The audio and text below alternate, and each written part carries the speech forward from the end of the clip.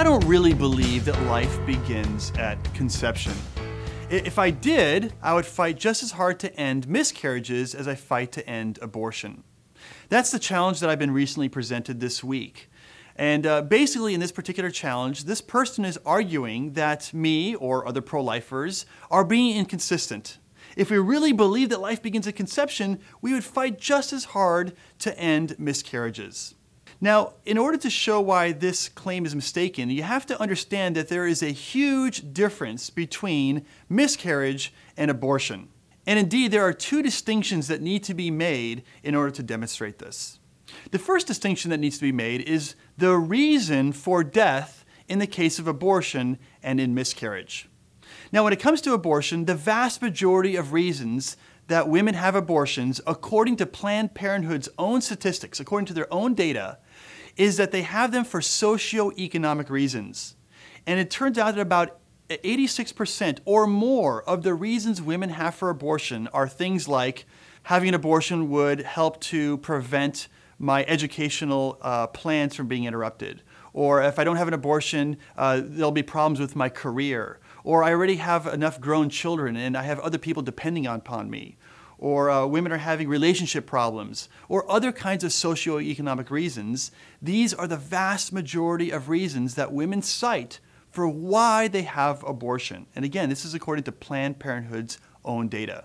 In other words, in the vast majority of reasons that women have abortion, there is nothing wrong with the child. The child is perfectly healthy and normal, but rather the child is going to die for some sort of socioeconomic reason that the woman or the mother is facing.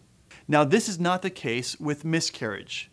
In the case of miscarriage, which is basically a spontaneous abortion where the mother's body rejects the unborn child for some reason, in the vast majority of cases of miscarriage, there is some sort of chromosomal abnormality. In other words, there is some sort of developmental problem that's occurring in the life of the unborn, and for this reason, the child cannot survive because the developmental situation is so severe that there is a massive problem with the child's health.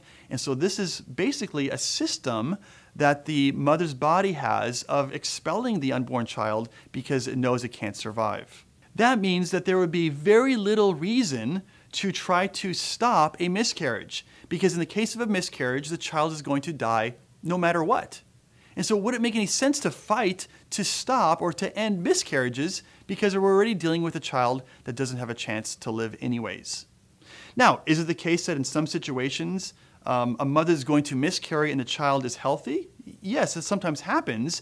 And in those cases, the medical team and the hospital staff work feverishly to try to protect the life of the child by trying to prevent a miscarriage.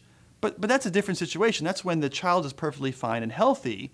But again, in most cases of miscarriage, no, the reason why the woman's body is going to miscarry the child is because there's some sort of developmental problem with the child that is so severe, so grave, that the child will not survive anyways. Now, the second distinction that needs to be made is a distinction between the intent in abortion and that of miscarriage. Now, when it comes to abortion, the intent is to kill the unborn child, okay, for whatever reason it is, but the intent is to kill an innocent human being. Now, this is basically, and I know this is not politically correct to say, but it's basically a form of murder. In 38 states around our country, we have what's called fetal homicide laws.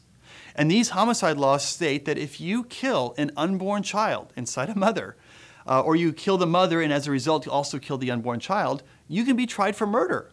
And that's because the law sees the unborn child as an innocent human being that deserves to be protected. In miscarriage, however, there is no intent to kill. This is an amoral event, meaning it has no moral quality. The mother's not trying to kill a child. In fact, I would say the opposite's the case. The mother is heartbroken if the child is going to die, and she would not want this at all. Her intent is to have the child to survive and to live. And that's why there's no reason to fight to end miscarriage, because there's no intent in the case of a miscarriage to try to kill the child, since the child is going to die anyways. So it turns out then that there is no inconsistency here. The pro-lifer is perfectly justified in trying to fight to end abortion, but not to fight to end miscarriage, because in the case of miscarriage, the child's going to die anyways, and again, there's no intent to kill.